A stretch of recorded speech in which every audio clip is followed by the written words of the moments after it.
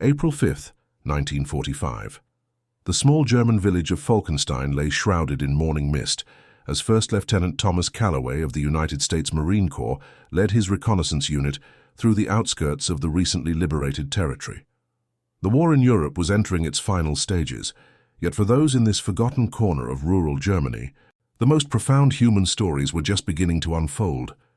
What Calloway and his men expected to find was a routine patrol through secured territory.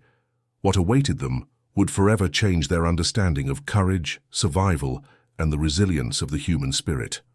Before we dive into this story, drop a quick hi in the comments and tell me where you're watching from. It really helps support the channel.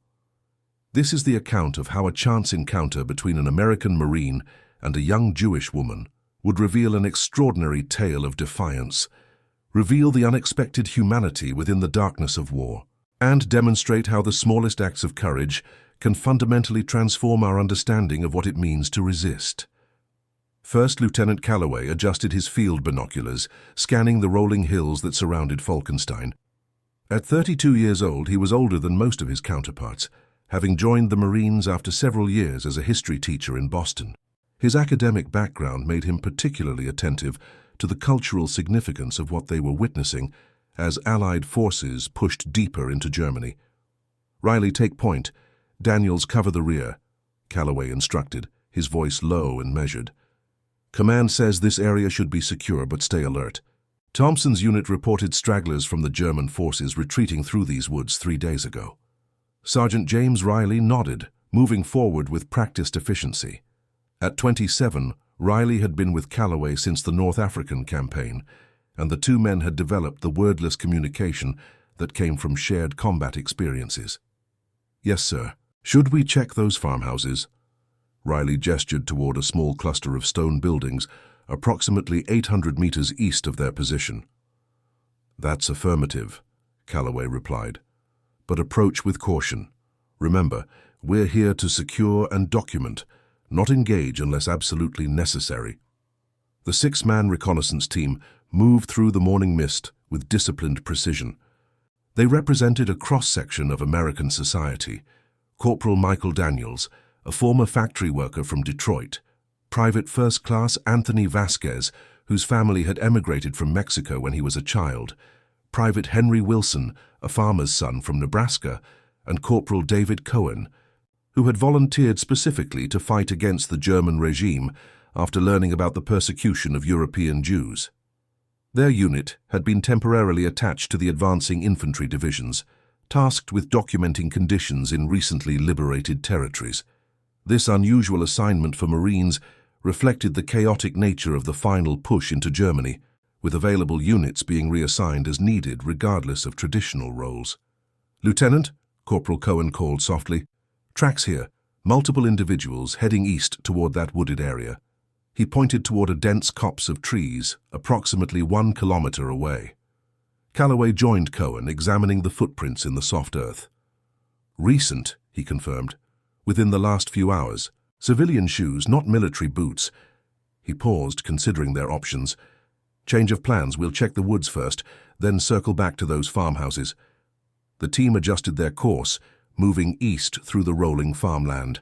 The spring morning was deceptively peaceful. Birds sang in the hedgerows and wildflowers had begun to emerge in the fields. It was difficult to reconcile this pastoral scene with the knowledge of what had transpired across Europe over the previous 6 years. As they approached the edge of the woods, Private Vasquez suddenly raised his hand, signaling the team to halt. "Sir," he whispered, "movement ahead approximately 200 meters into the tree line." The team took defensive positions as Calloway used his binoculars to survey the area. What he saw made his blood run cold. A figure hung from a large oak tree in a small clearing. Even from this distance, he could tell it was a woman. Beside the tree stood 4 German soldiers, their uniforms disheveled but their weapons clearly visible. "4 hostiles," Calloway whispered. "They have a civilian." He did not describe what he was seeing in detail, but his expression told his men everything they needed to know. "Rules of engagement, sir?" Sergeant Riley asked, his voice tight. "We're outnumbered," Calloway assessed, "but we can't leave a civilian in danger. Daniels and Wilson, circle west and create a diversion. Riley, Cohen, and Vasquez, you're with me. We approach from the east. Wait for my signal." The men nodded, their expressions grim but determined. They had seen too much over the past years of conflict to hesitate now. As Daniels and Wilson disappeared into the underbrush, Calloway led the remaining team members in a wide arc that would bring them to the eastern edge of the clearing. They moved silently through the woods, their training evident in every careful step and measured breath. When they reached a position approximately 50 meters from the clearing, Calloway signaled his men to halt. From here they could clearly see what was happening, and the scene was even more disturbing than he had initially realized. The woman suspended from the tree appeared to be alive. She hung not by her neck, but by her wrists, which were bound and looped over a thick branch. Her feet barely touched the ground. A sign had been affixed to her clothing, though from this distance Calloway couldn't read the text. The 4 German soldiers were engaged in heated discussion, gesturing occasionally toward the woman, and then in the direction of the eastern front. Their agitation was evident, suggesting disagreement about their next course of action. "Can anyone read what that sign says?" Calloway whispered. Corporal Cohen, who spoke some German, squinted through his field glasses. "It appears to say, 'Germans don't forgive,'" he replied, his voice barely audible. "Sir, I think she's Jewish." Calloway nodded grimly. "On my signal, we move in. Priority is civilian safety." He checked his watch. Daniels and Wilson should be in position by now. As if on cue, a series of cracking sounds erupted from the western edge of the clearing, Daniels and Wilson breaking branches and creating the impression of a larger force approaching. The German soldiers immediately reacted, 2 of them taking defensive positions facing west, while the other 2 began gathering their equipment. "Now," Calloway ordered, and the 4 Marines emerged from the tree line, weapons at the ready. "Drop your weapons," Calloway called out in clear, firm English. Though he doubted the German soldiers understood his words, the meaning was unmistakable. What happened next occurred with the rapid, chaotic intensity of combat. One of the German soldiers raised his weapon toward the Marines. Sergeant Riley responded first, his training taking over. The German soldier fell. His companions, seeing they were outflanked and outmaneuvered, slowly lowered their weapons. "Cohen, secure those weapons. Riley, Vasquez, cover me," Calloway instructed as he approached the tree where the woman hung. Up close, he could now see that she was young, perhaps early 20s. Her face was bruised, her clothing torn and dirty, but her eyes, dark and intelligent, locked onto his with startling intensity. The sign attached to her dress indeed read, "Germans don't forgive," in crude lettering. "Ma'am, we're going to get you down," Calloway said gently, drawing his knife to cut the ropes that bound her wrists. As her arms came free, she collapsed forward. Calloway caught her, surprised by how light she felt in his arms. She was severely undernourished, her wrists raw and bleeding from the ropes. "Cohen," Calloway called, "I need assistance. And ask if any of them speak English." Cohen approached, speaking first in German to the captured soldiers, then switching to Yiddish as he addressed the woman. To Calloway's surprise, the woman responded in accented but clear English. "I speak English," she said, her voice raspy from dehydration. "My name is Rebecca Levin." "Miss Levin, I'm First Lieutenant Calloway, United States Marine Corps. You're safe now," he assured her, helping her to a sitting position at the base of the tree. "Safe," she repeated, as if testing the unfamiliar concept. "They caught me 2 days ago. I escaped from a transport." Cohen arrived with a canteen, which he offered to Rebecca. She accepted it with trembling hands, taking small, careful sips. "The transport was heading east," she continued after drinking, "away from the advancing American forces. They were moving those of us who had survived the labor camps. When I heard your artillery in the distance, I knew it might be my only chance." Calloway nodded, choosing not to press her for details in her current state. "Miss Levin, we need to get you to medical attention. Our forward medical station is approximately 10 kilometers west of here." Rebecca shook her head firmly. "There are others," she insisted. 7 of us escaped together. We were separated during the night. The others, 2 children among them, were heading for an abandoned hunting lodge north of here. Calloway exchanged glances with Sergeant Riley. Their orders were clear: document and report, not engage in rescue operations. Yet the presence of children changed the calculation entirely. "How far is this hunting lodge?" Calloway asked. "Perhaps 5 kilometers," Rebecca replied, "but I cannot be certain. We were moving at night, avoiding roads." Calloway made his decision. "Riley, radio command. Inform them we've rescued a civilian and are pursuing reports of additional survivors, including children." He turned to Daniels and Wilson, who had joined them in the clearing. "Secure these prisoners, they're coming with us." One of the German soldiers, a young man with lieutenant's insignia, spoke up in heavily accented English. "You make mistake. We were protecting her." Cohen translated this statement into Yiddish for Rebecca, whose reaction was immediate and visceral. She spat on the ground and responded with a torrent of words that needed no translation to convey their meaning. "She disagrees with that assessment," Cohen said dryly. "They caught me trying to reach the hunting lodge," Rebecca explained, struggling to her feet with Calloway's assistance. "They recognized me as Jewish immediately. Their sergeant, the one your man neutralized, wanted to execute me on the spot. These 3 argued against it." Her expression revealed deep skepticism. "Not from compassion, I think, but because they hoped to use me as a bargaining chip when they encountered American forces." The German lieutenant shook his head. "We are not Schutzstaffel," he insisted, carefully avoiding the more recognizable abbreviation. "We are Wehrmacht, regular army. We were trying to surrender when Sergeant Kruger discovered the woman. He was fanatical, not us." "Save it," Calloway replied. "Your actions will speak for themselves." He turned to his team. "We move north. Miss Levin, can you walk?" "I can walk," she said with quiet determination, though she swayed slightly as she took her first steps. Corporal Vasquez approached, respectfully offering his arm for support. "Ma'am, if you'll permit me." Rebecca hesitated, then accepted the assistance with a nod of thanks. The unusual procession moved north through the woods. 6 American Marines, 3 German prisoners, and a young Jewish woman who had endured more than any human should ever experience. The morning mist had burned away, revealing a clear spring day that seemed obscenely beautiful against the backdrop of human suffering.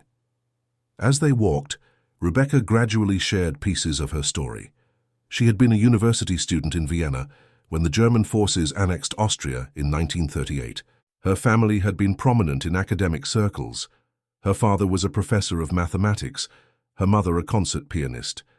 They had not believed the danger was immediate, convinced their standing in the community would protect them. "By the time we understood our mistake, it was too late to leave," she explained. "My parents were taken first in 1940.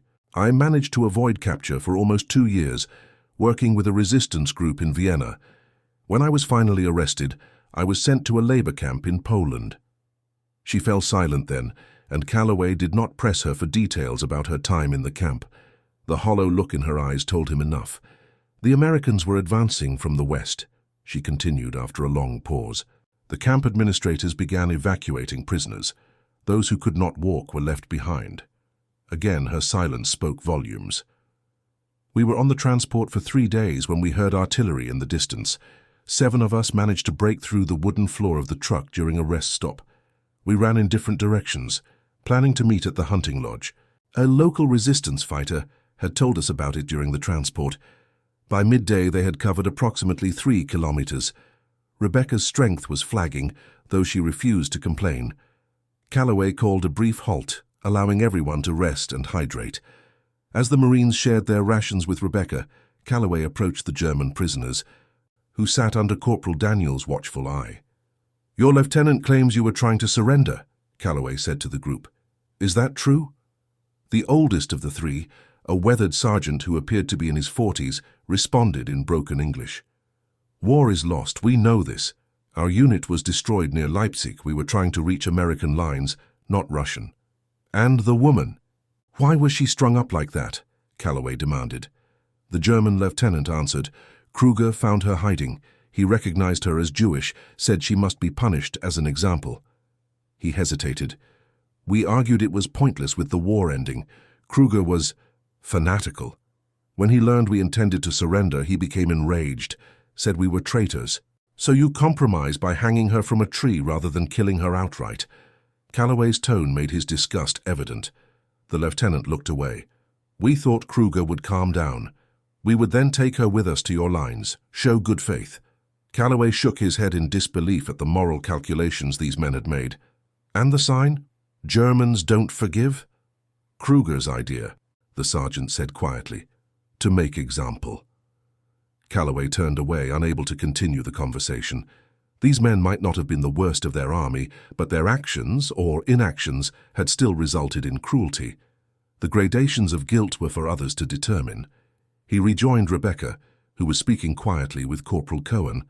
Their conversation appeared intense, with Cohen occasionally translating German phrases from a small notebook he carried. "Miss Levin has been providing details about German troop movements she observed during the transport," Cohen explained as Calloway approached. "She has a remarkable memory for details." "My father taught me to observe patterns," Rebecca said simply. "It became a survival skill." "We should continue moving," Calloway announced to the group. "Miss Levin, do you feel able to proceed?" She nodded, rising to her feet with determination. "The children will be frightened. We must reach them before nightfall." The terrain grew more challenging as they continued north, with gentle rolling hills giving way to steeper, rocky inclines. The woodland thickened, forcing them to move more slowly and cautiously. Despite her weakened condition, Rebecca maintained the pace, her focus unwavering. By mid-afternoon, they had covered another 2 kilometers.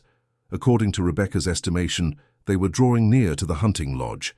Calloway sent Riley and Vasquez ahead to scout the area, while the rest of the group maintained their position.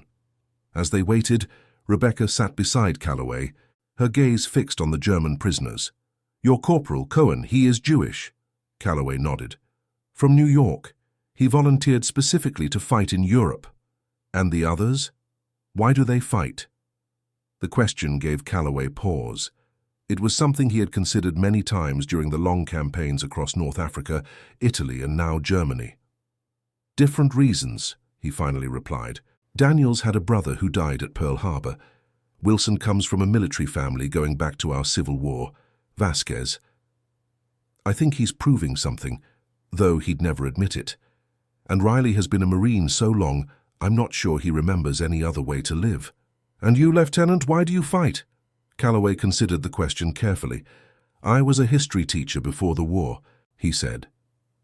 "I understood what was happening in Europe perhaps earlier than most Americans. When war came, I felt I couldn't just teach about history while it was being made." Rebecca nodded slowly. "History is made by those who act," she said, "and by those who fail to act." The sound of approaching footsteps ended their conversation. Riley and Vasquez returned, their expressions tense. "Lodge is half a kilometer ahead," Riley reported. "Small wooden structure appears intact. No visible movement, but smoke from the chimney suggests recent occupation." "Defensive positions?" Calloway asked. "Natural elevation, good sight lines," Riley continued. "Single access path from this direction. Anyone approaching would be visible from at least 100 meters. Calloway considered their options. "Miss Levin, would your companions be likely to flee if they saw uniformed men approaching?" "Yes," she confirmed. "They would assume German forces." "Then you should approach first," Calloway decided. "Vasquez will accompany you, but will remain concealed until you've made contact. The rest of us will secure a perimeter." Rebecca agreed to the plan, and after a brief rest to gather her strength, she and Vasquez set out for the final approach to the hunting lodge. The remaining Marines established defensive positions, with the German prisoners secured under Daniels' watch. 30 tense minutes passed before Vasquez returned with news. "Contact established," he reported. 4 adults, 3 children, all in poor condition, but alive. Relief washed over Calloway. "Stable enough to move?" "The adults, yes," Vasquez replied. "The children are weakened but conscious. 1 elderly man will require assistance." "Let's move in," Calloway ordered. "Wilson, stay with the prisoners." The hunting lodge was indeed small, a single room with a stone fireplace, rough wooden furniture, and a loft area accessed by a ladder. The occupants watched the Marines enter with a mixture of fear, hope, and exhaustion. Rebecca made the introductions in a combination of Yiddish, German, and English. The group consisted of Jakob and Ruth Goldstein, an elderly couple from Prague, Miriam Weiss, a young woman from Warsaw, Simon Abramovich, a former doctor from Krakow, and 3 children, Esther and Daniel Weiss, Miriam's niece and nephew aged 9 and 7, and Aaron Abramovich, Simon's son, aged 11. "We escaped 3 nights ago," Simon explained in careful English. "Rebecca found this place on the 2nd night. When she did not return yesterday, we feared the worst." "German soldiers captured her," Calloway explained. "We intervened." A complex series of emotions crossed Simon's face.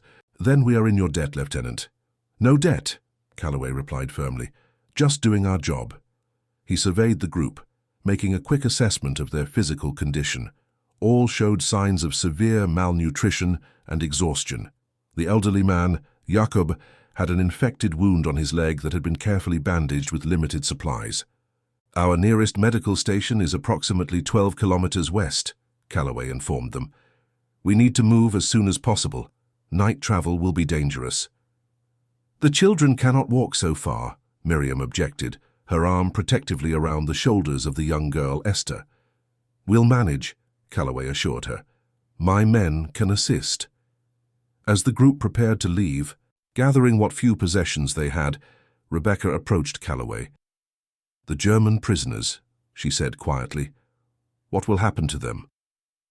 "They'll be processed according to military protocol," Calloway replied. "If their story checks out, they'll be treated as prisoners of war." Rebecca's expression tightened. "They stood by while their sergeant strung me up like an animal. They may not have tied the ropes themselves, but their inaction made them complicit." Calloway had no easy answer for her. The moral complexities of war, the gradations of guilt and innocence, action and inaction, defied simple categorization. "The proper authorities will determine their fate," he finally said. "Our job is to get all of you to safety." Outside, the day was waning, the afternoon light taking on the golden quality of approaching sunset. Calloway organized their unusual company for the journey. Wilson and Daniels would lead, followed by the civilians with Riley and Cohen providing close support. Vasquez would assist Jacob, while Calloway himself would bring up the rear with the prisoners. It was not ideal, but it was the best arrangement given their limited resources.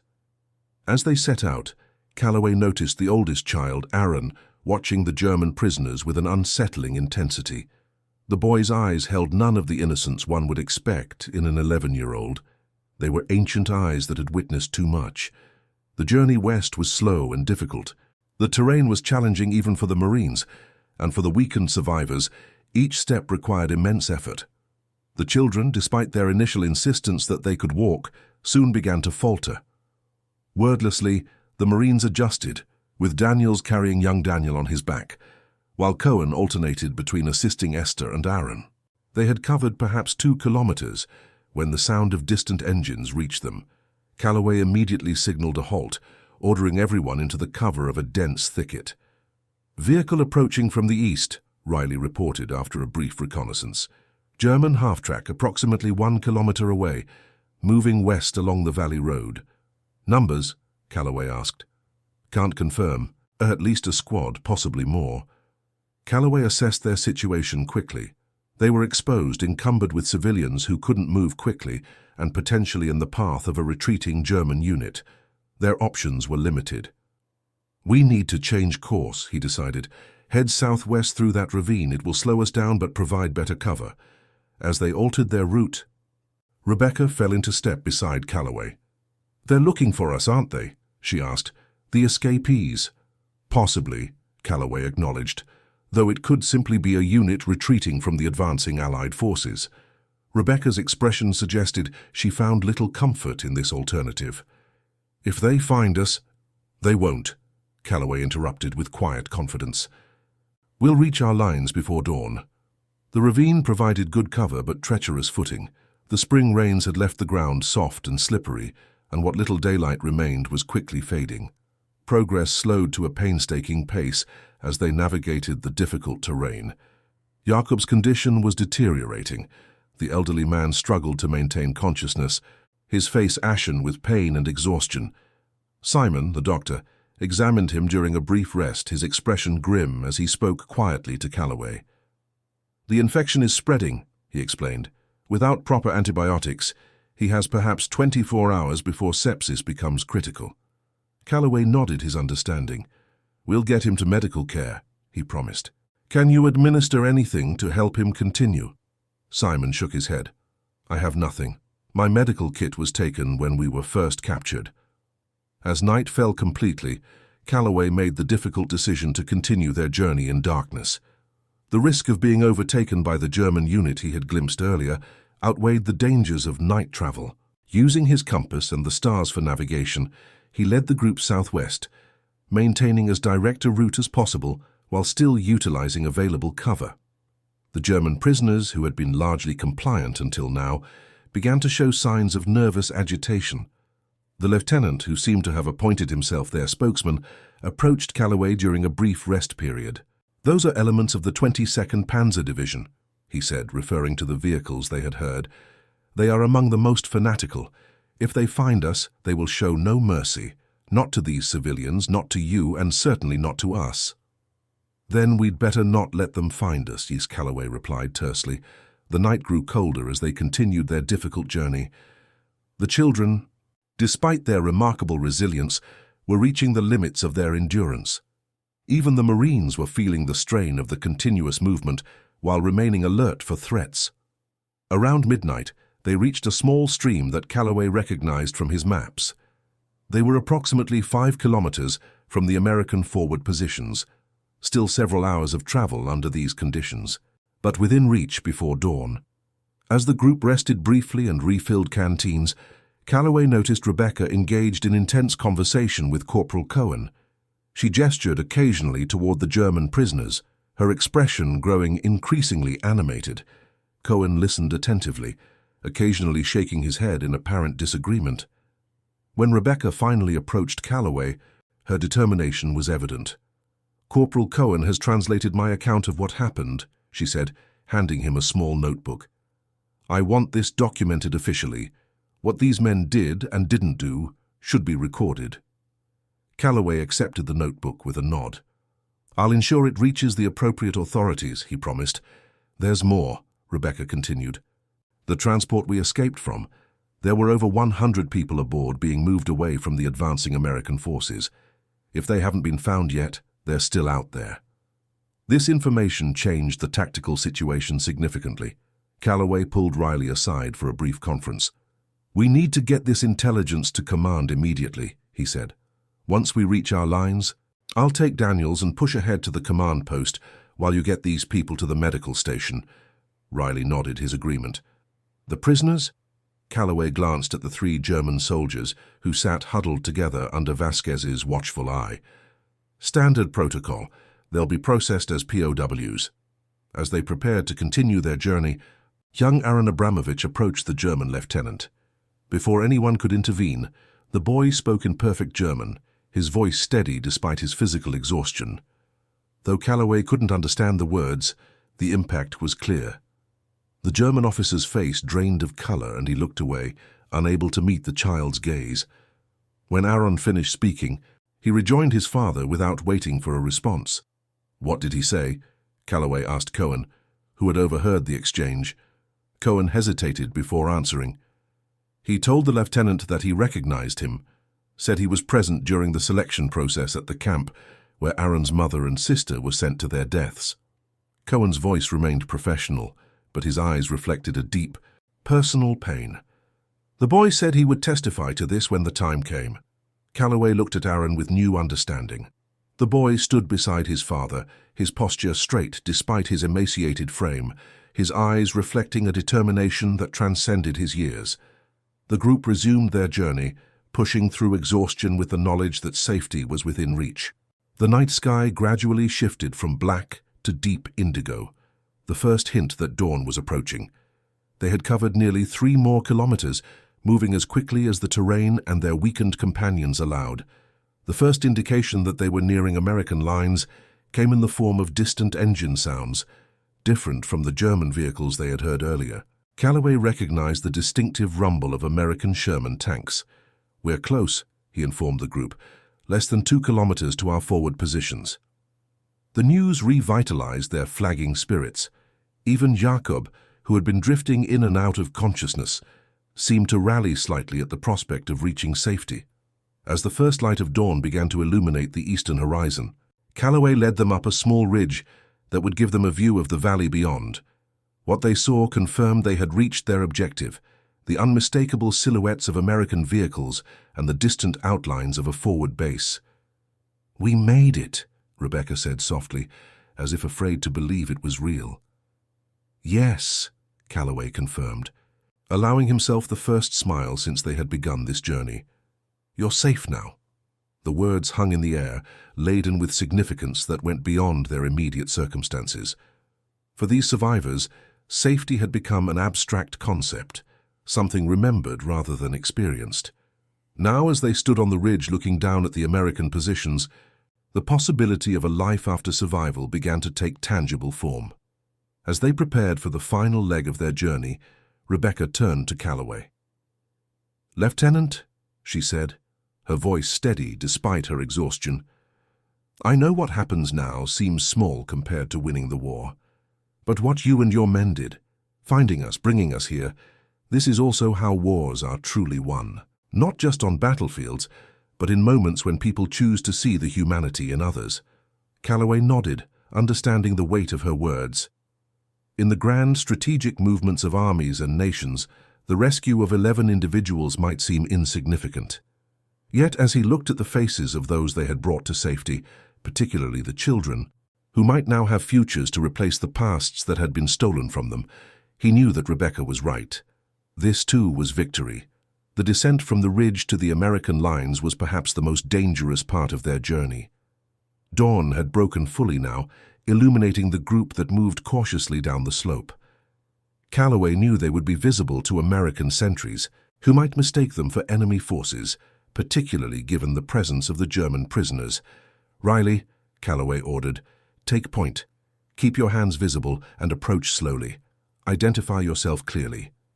Sergeant Riley nodded and moved ahead, his rifle slung conspicuously over his shoulder rather than at the ready. When he was approximately 300 meters from the American perimeter, a voice called out through a bullhorn, "Halt and identify yourself."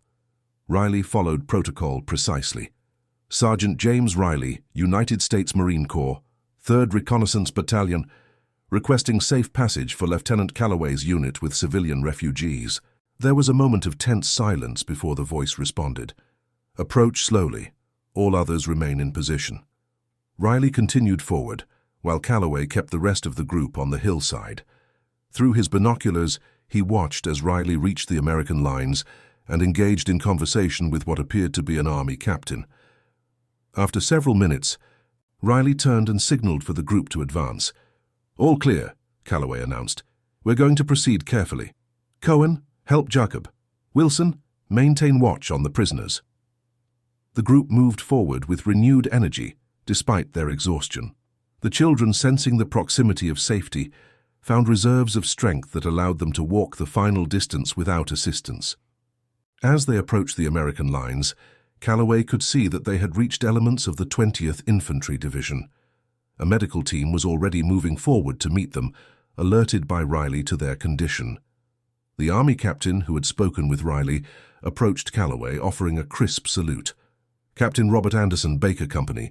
Your sergeant explained the situation. We've radioed ahead to have transport ready for the civilians to our field hospital." "Thank you, Captain," Calloway replied, returning the salute. "We have intelligence that needs immediate relay to command. There may be a transport of prisoners in the area that requires liberation." Anderson nodded gravely. "I'll arrange for you to speak directly with battalion intelligence. In the meantime, let's get these people taken care of." The scene that unfolded over the next hour was one of organized compassion. Military medics quickly assessed the condition of the survivors, with Jakob Goldstein receiving immediate attention for his infected wound.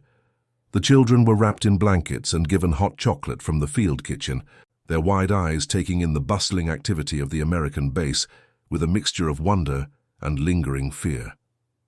Rebecca stayed close to the children, particularly young Esther, who seemed the most traumatized of the three.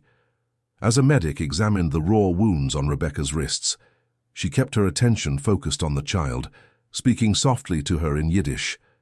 Calloway, After ensuring that all the survivors were receiving proper care, reported to the battalion intelligence officer, a serious young lieutenant named Morris.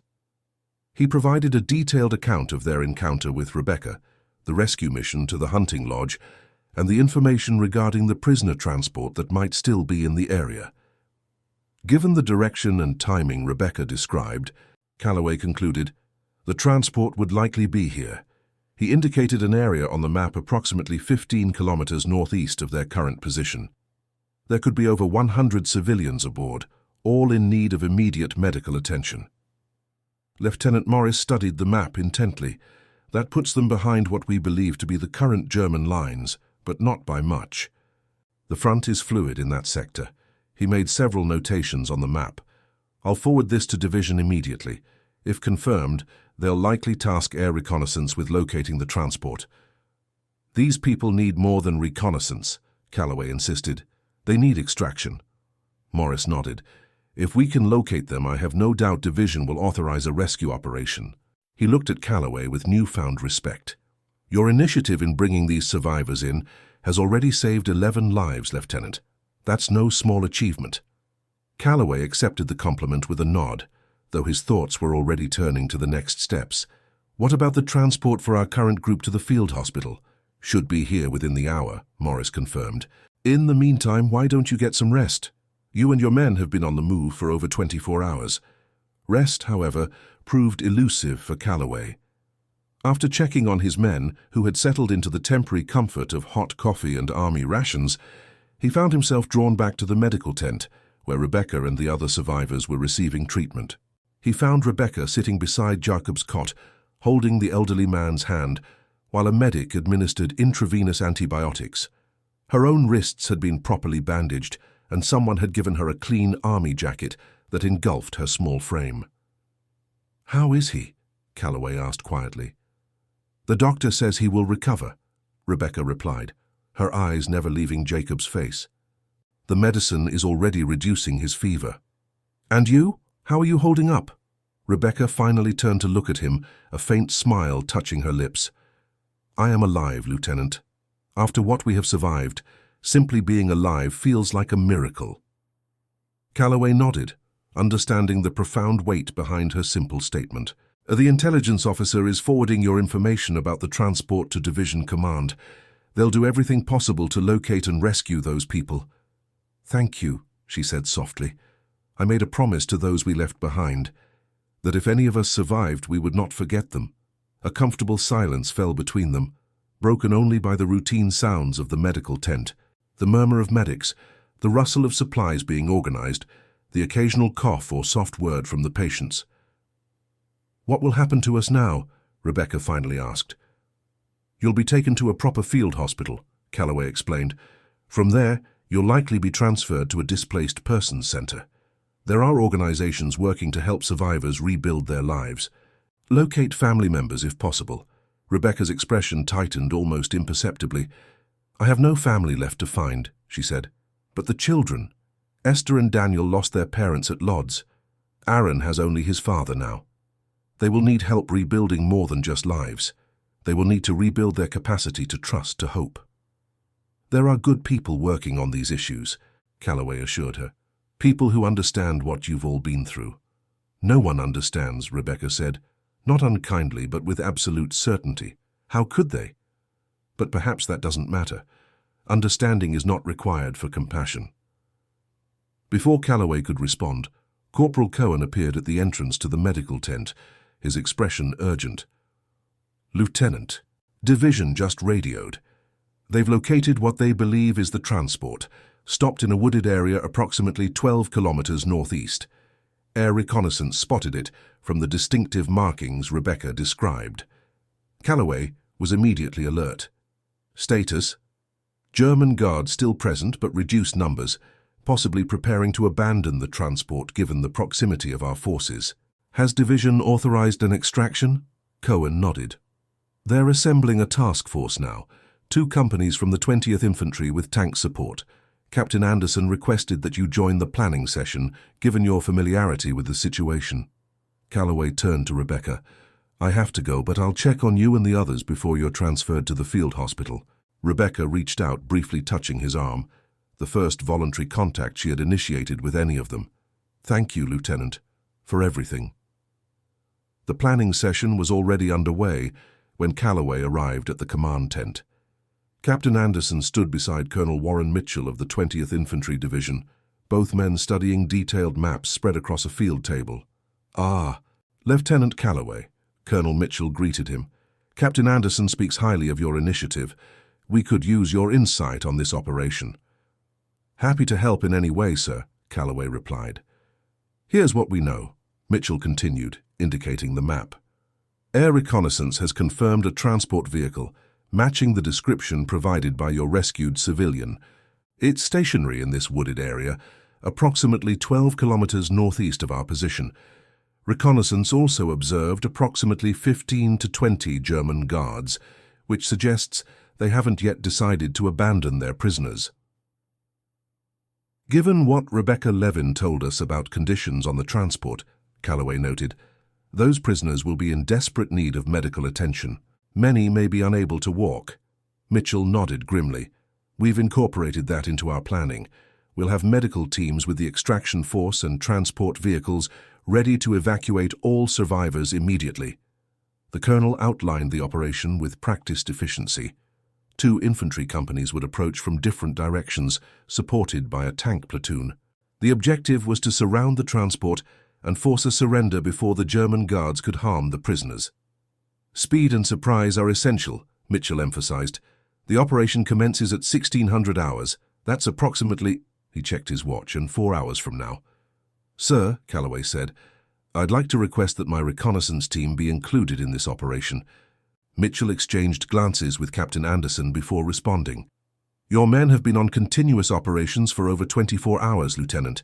They've earned their rest."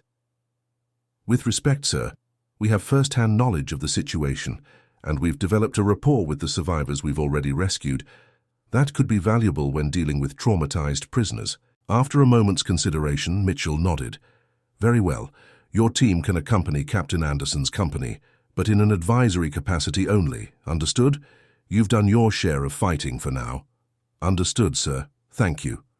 As Calloway left the command tent, he found Sergeant Riley waiting outside, already anticipating his lieutenant's decision. "We're going after the transport," Riley stated rather than asked. "Advisory capacity only," Calloway confirmed. "Colonel's orders." Riley nodded, the ghost of a smile crossing his face. "I'll inform the men. They're already preparing." "Tell them to be ready to move in 3 hours," Calloway instructed. "And Riley, check on Corporal Cohen. He's been translating continuously since we found Rebecca. Make sure he gets some rest before we head out." With preparations underway, Calloway returned to the medical tent to check on Rebecca and the other survivors. He found them preparing for transport to the field hospital. Ambulances had arrived sooner than expected. The children were huddled together on a single cot, their small bodies wrapped in army blankets. Despite everything they had endured, they had the resilient capacity of the young to find moments of normalcy. Aaron was showing Daniel a simple card trick he had learned, while Esther watched with solemn attention. Rebecca sat nearby, engaged in quiet conversation with Miriam Weiss and Ruth Goldstein. When she saw Calloway approach, she excused herself and met him halfway. "You're going after the transport," she said, reading his expression with uncanny accuracy. "Yes," he confirmed. "Division has authorized a rescue operation. It begins in a few hours." Rebecca nodded, her expression a complex mixture of hope and concern. "The people on that transport, they will be even weaker than we were. Many may be near death. We'll have medical teams standing by," Calloway assured her. "Lieutenant," Rebecca said, her voice dropping to ensure they wouldn't be overheard, "there is something you should know. The senior guard on the transport, Obersturmführer Müller, he is not like the others. He is calculating. He will appear reasonable, even civilized, until the moment he is not." "How so?" Rebecca's eyes took on a distant quality, as if viewing scenes Calloway could not see. "In the camp, he would sometimes spare prisoners from punishment, seeming merciful, then use that mercy to extract information or compliance. When he no longer needed their cooperation, the mercy would vanish as if it had never existed." She refocused on Calloway's face. Do not trust any surrender he offers. It will be a tactical move, nothing more. Calloway nodded, taking her warning seriously. I'll pass that information to the commanding officer. Rebecca glanced back at the children, her expression softening. We will be gone by the time you return. They are taking us to the field hospital within the hour. I'll find you, Calloway promised. After the operation, I want to know that you're all settling in safely. We will be there, Rebecca said. The children would like to say goodbye to your men before we leave, especially Corporal Cohen and Private Vasquez. They have been kind. I'll send them over right away, Calloway assured her. The farewells were brief but poignant. The Marines, hardened by years of combat, showed a gentleness with the survivors that would have surprised anyone who knew them only as fighters. Corporal Cohen had procured small chocolate bars for the children, while Vasquez had fashioned tiny wooden animals from scraps for them to keep. As the ambulances prepared to depart, Rebecca approached Calloway one final time. Lieutenant, what will happen to the German prisoners we brought in? The ones who— She gestured vaguely toward her wrists, unable to complete the sentence. They'll be processed according to standard protocols for prisoners of war, Calloway replied. But your testimony about their actions has been documented. It won't be forgotten. Rebecca considered this, then nodded slowly. Justice is complicated in times like these, and she observed, sometimes I wonder if it is even possible. Before Calloway could respond, a medic called for Rebecca to board the ambulance. With a final nod to Calloway, she joined the other survivors for the journey to the field hospital. The preparation for the rescue operation proceeded with the disciplined efficiency that characterized American military operations. Vehicles were fueled, weapons checked, communications protocols established, and medical supplies organized. Calloway and his Marines were integrated into Captain Anderson's company, assigned to provide reconnaissance expertise and assist with the survivors once the transport was secured. At 15:30 hours, the task force departed the forward base, moving in a carefully orchestrated sequence designed to converge on the target from multiple directions. Calloway rode in a jeep with Captain Anderson, providing additional details about the terrain based on his team's recent passage through the area. The woods provide good cover, he explained, but the ground is soft from recent rains. The tanks will need to stick to firmer terrain. Anderson nodded, making note of this information. Our primary concern is preventing the guards from harming the prisoners if they feel cornered. The colonel wants this to end with a surrender, not a firefight. That aligns with something Rebecca Levin told me, Calloway said, and relayed her warning about the senior guard, Obersturmführer Müller. Anderson's expression darkened as he listened. I've encountered that type before, he said grimly. We'll approach any surrender offer with appropriate caution. As they neared the target area, radio discipline was imposed, and the vehicles spread out according to the operational plan. Calloway's jeep joined a group that would approach from the southwest, using a ridgeline for cover until the final approach. The intelligence provided by the air reconnaissance proved accurate. As they crested the ridge, Calloway could see the transport vehicle through his binoculars, a large canvas-covered truck parked in a small clearing within the woods. German guards were visible, some standing at informal posts around the perimeter, others gathered near a small campfire. I count 16 guards, Calloway reported to Captain Anderson. No heavy weapons visible, but they appear alert. Anderson nodded, making a final check of his own preparations. Remember, your team remains in reserve until the perimeter is secured. Then you'll assist with the survivors. Understood, Calloway confirmed. The operation commenced with precision at exactly 1600 hours. The sound of approaching tanks from the east drew the attention of the German guards, creating the distraction needed for Anderson's infantry to move into position on the western perimeter. Simultaneously, the second company approached from the north, effectively surrounding the clearing. Through his binoculars, Calloway observed the reaction of the German guards. There was initial confusion, followed by hurried consultation. One officer, distinguished by his uniform and the deference shown by the others, appeared to be taking charge of the situation. Based on Rebecca's description, Calloway identified him as Müller. The German response came quickly. A white flag was raised, and Müller stepped forward, hands visible, apparently prepared to discuss terms. Captain Anderson, following protocol, approached with a translator and 2 armed guards. Calloway watched the exchange with intense focus, alert for any sign of the duplicity Rebecca had warned about. The conversation appeared tense, but controlled. After several minutes, Anderson returned to the American lines, his expression grim but determined. Miller claims they were planning to release the prisoners anyway, Anderson reported to his officers, says they're abandoning the transport due to fuel shortages and the proximity of our forces. Do you believe him? Calloway asked. Anderson's expression made his opinion clear. Not for a second, but he's agreed to surrender his men and turn over the prisoners without resistance. We're moving in now to secure the perimeter. Lieutenant, have your medics ready. Based on what he said, the condition of the prisoners is severe. The operation progressed according to plan.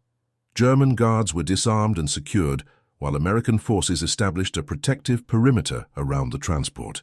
Calloway and his team, along with the medical personnel, approached the truck once the area was declared secure.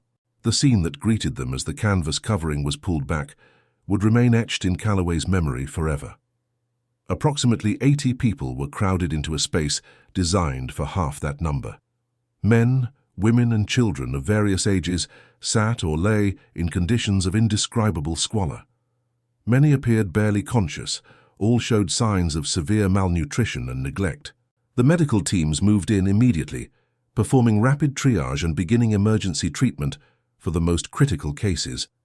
Calloway and his Marines assisted, helping to carefully transfer survivors from the truck to the waiting ambulances and transport vehicles. Corporal Cohen's language skills proved invaluable as he communicated with survivors who spoke various European languages. Many were too weak to speak at all, responding only with slight movements or expressions that indicated they understood they were being rescued. The operation continued into the evening, with portable lights set up to illuminate the work. By 2000 hours, all survivors had been evacuated from the transport and were en route to medical facilities. The German guards, including Müller, had been processed as prisoners of war and were being transported to a detention facility. As Calloway supervised the final stages of the operation, Captain Anderson approached him with a troubled expression. "We found documentation in Müller's possession," Anderson said, keeping his voice low. "Orders regarding the transport and its occupants." He hesitated before continuing. "They were never planning to release these people, Lieutenant. The orders explicitly stated that if they couldn't continue transport due to Allied advancement, they were to eliminate all prisoners to prevent liberation." Calloway absorbed this information with a cold sense of clarity. Rebecca's warning about Müller had been precisely accurate. Then why the surrender? Why not carry out those orders before we arrived? Anderson's expression was grim. "Based on the timing, I believe our operation caught them before they could implement the final directive. The surrender was likely a calculated decision by Müller to save himself and his men once he realized the situation was hopeless. The revelation cast the successful rescue in an even more significant light. Had the operation been delayed by even a few hours, they might have arrived to find only victims, not survivors." "I need to get this information to Colonel Mitchell immediately," Anderson continued. "But I wanted you to know, what you and your team started by rescuing that young woman led directly to saving 80 more lives today." After the operation concluded, Calloway and his Marines returned to the forward base for a well-earned rest. The following morning, true to his promise, Calloway arranged transport to the field hospital, where Rebecca and the other survivors had been taken. The hospital, set up in what had previously been a school building, was a model of organized efficiency, despite the challenging conditions. Medical personnel moved purposefully through wards filled with patients, many of whom were survivors from various camps and transports that had been liberated as Allied forces advanced. Calloway found Rebecca in a small room she shared with Miriam Weiss and the children. The transformation, after just 24 hours of proper medical care and nutrition, was remarkable. Though still gaunt, her face had lost the grey pallor of extreme exhaustion, and her eyes were brighter, more focused. "Lieutenant Calloway," she greeted him, a genuine smile lighting her features. "The children will be sorry they missed you. They're having their first proper lessons since, well, in a very long time. A volunteer teacher has organized classes for all the children here." "That's wonderful," Calloway said, taking the chair she offered beside her bed. "How are you feeling?" "Better," she replied simply. "The doctors say I am malnourished, but otherwise in surprisingly good condition. Jakob is improving as well. The infection is responding to the treatment. And the others from the hunting lodge? All recovering," Rebecca confirmed. "Even Aaron, who was perhaps the most affected by our experiences. He has begun to speak more, especially with the younger children. The doctor says it's a good sign that in helping others, he is also helping himself." Calloway nodded, pleased by this news. "I came to tell you that the operation was successful," he said. "We rescued 80 people from the transport you escaped from. They're being treated at various medical facilities now." Rebecca closed her eyes briefly, a complex mixture of emotions crossing her face. 80, she repeated. "There were over 100 when we escaped." "I know," Calloway said gently. "The doctors are doing everything possible for those we found." Rebecca nodded, accepting this reality with the strength he had come to associate with her. And Müller, was he there? Yes, he and his men surrendered. They're being held as prisoners of war. Calloway hesitated, then decided she deserved the complete truth. "We found documentation that confirmed what you told me about him. They had orders to eliminate the prisoners if they couldn't continue transport. Our arrival likely prevented them from carrying out those orders." Rebecca absorbed this information with remarkable composure. "Then it was worth it," she said quietly. "Everything we endured, it was worth it if it helped save those 80 lives." They sat in companionable silence for a moment before Rebecca spoke again. "The doctors say we will be transferred to a proper displacement camp next week. From there, they will help us determine next steps. Some talk of Palestine, others of America." "Have you thought about what you might do?" Calloway asked. "I was studying literature before the war," Rebecca replied, a distant look in her eyes. "I wanted to be a teacher. Perhaps I still can be someday." She refocused on Calloway. "And you, Lieutenant? What will you do when this war finally ends?" "Return to teaching history, I suppose," he said. "Though after experiencing so much of it firsthand, I'm not sure I'll approach it the same way." "No," Rebecca agreed. "None of us will be the same. But perhaps that is not entirely a bad thing. Perhaps what we have witnessed, both the darkness and the light, will make us better builders of whatever comes next." The conversation was interrupted by the arrival of a nurse, who informed them that the children would be returning from their lessons soon. Calloway realized it was time to take his leave. "My unit is being reassigned tomorrow," he explained as he stood. "We're moving east with the advance." Rebecca rose as well, standing steady on her feet despite her still weakened condition. "Then this is goodbye," she said simply. "For now," Calloway amended, "but I'd like to know what becomes of you and the others, if that's all right. Perhaps we could correspond after the war." Rebecca smiled. "I would like that." She removed a small notebook from the pocket of her hospital robe and carefully wrote down the information for her uncle in New York, her only surviving relative, though they had never met. "He will know how to reach me, whatever happens next." Calloway accepted the paper, tucking it carefully into his breast pocket. Then, with uncharacteristic impulsiveness, he reached out and briefly clasped her hand. "Be well, Rebecca Levin." "And you, Lieutenant Calloway," she replied, returning the gesture with surprising strength. "Thank you for seeing the sign when others did not." Calloway looked puzzled. "The sign?" "Not the one they hung on me," Rebecca clarified. "The sign of humanity that remains even in the darkest times. Not everyone can see it." "You did." August 12, 1945. The war in Europe had been over for 3 months, and the Pacific conflict had just ended with the surrender of Japan. Lieutenant Thomas Calloway, recently returned to Boston and honorably discharged from the Marine Corps, sat at his desk reviewing correspondence that had accumulated during his absence. Among the letters was an envelope with unfamiliar handwriting and a New York postmark. Inside was a brief note from Rebecca Levin's uncle, forwarding a letter she had sent to him with instructions to pass it on to Calloway.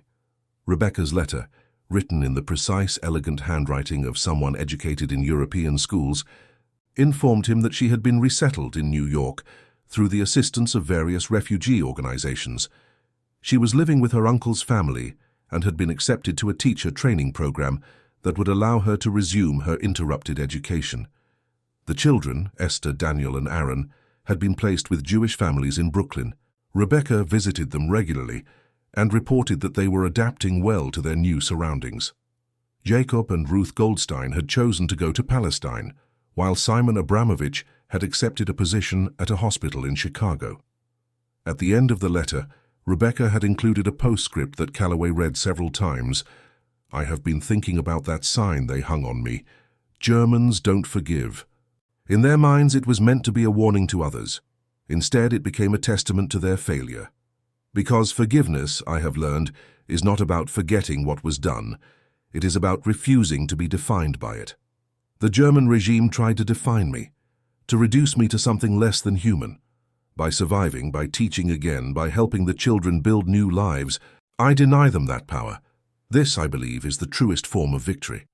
Calloway carefully folded the letter and placed it in his desk drawer. Through the open window of his apartment, he could hear the sounds of Boston coming back to life after the long shadows of war. Children playing in the park across the street, construction crews rebuilding what had been delayed, people going about their daily lives with renewed purpose. In a week, he would return to the classroom, facing students who were too young to have fought, but old enough to have felt the war's impact on their families and communities. They would expect him to teach them about causes and effects, treaties and territories, winners and losers, the standard framework of historical education. But Calloway knew his approach would be different now. He would teach them about Rebecca Levin and the sign that was meant to intimidate, but instead became a symbol of resilience. He would tell them about Jacob Goldstein, who survived an infected wound through sheer determination to see his wife safely to a new home. He would share the story of young Aaron, who found healing by helping children even younger than himself. These were the histories that mattered, the small human moments of courage and compassion that ultimately shaped the world more profoundly than any military campaign or political treaty. As he prepared his lesson plans for the coming semester, Calloway remembered Rebecca's words. "Perhaps what we have witnessed, both the darkness and the light, will make us better builders of whatever comes next." That, he decided, would be the true measure of victory, not what had been defeated, but what would be built in its place. Not in grand monuments or political systems, but in the everyday courage of people who refuse to surrender their humanity, even when faced with its most terrible absence in others. In his first lecture of the new semester, he would begin with a simple truth he had learned from a young woman found hanging from a tree with a cruel sign. History is not just what happens to us, but what we choose to do with it afterward. October 3, 1978. Professor Thomas Calloway, now in his 60s and approaching retirement from Boston University, stood at the podium of an auditorium filled with students and faculty. The occasion was a special lecture series on personal narratives of World War II, organized as part of the university's History Department symposium. As he adjusted his notes, Calloway noticed a woman entering the auditorium. Though more than 30 years had passed, he recognized her immediately. Rebecca Levin, now Rebecca Goldman, according to the symposium program, a respected professor of European literature at Columbia University. Their correspondence had continued sporadically over the decades, Christmas cards and occasional letters keeping them connected through marriages, children, career advancements, and the inevitable losses that accompany a life fully lived. But this was the first time they had seen each other in person since that day at the field hospital in 1945. She caught his eye and smiled, that same direct, unflinching gaze he remembered, now set in a face that had aged gracefully into its wisdom. He nodded in acknowledgement, suddenly aware of how profoundly their brief but intense shared experience had shaped the subsequent decades of his teaching, his writing, and his understanding of history, not as an abstract sequence of events, but as the culmination of countless individual choices, acts of courage, and moments of unexpected grace. After the lecture, they sat in the faculty lounge, two professors at the end of distinguished careers, reflecting on the long arc that had brought them from a German forest to this comfortable university setting. "I have something to show you," Rebecca said, opening a leather portfolio. "Aaron Abramovich, Dr. Aaron Abramovich, now a pediatrician in Philadelphia, sent this to me last month." She handed Calloway a newspaper clipping featuring a photograph of a distinguished middle-aged man receiving an award for his work establishing medical clinics in underserved communities.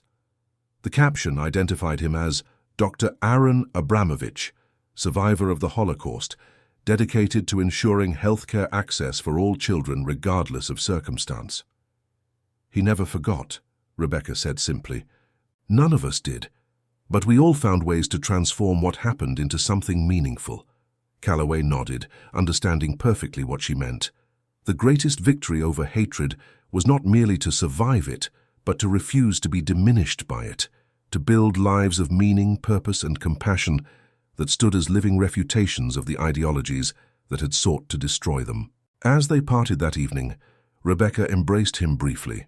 "Thank you, Thomas," she said, using his first name for the first time in all their years of acquaintance, "for seeing the humanity when others saw only victims or statistics." "Thank you," he replied, "for teaching me what true resilience looks like." They never saw each other again after that symposium.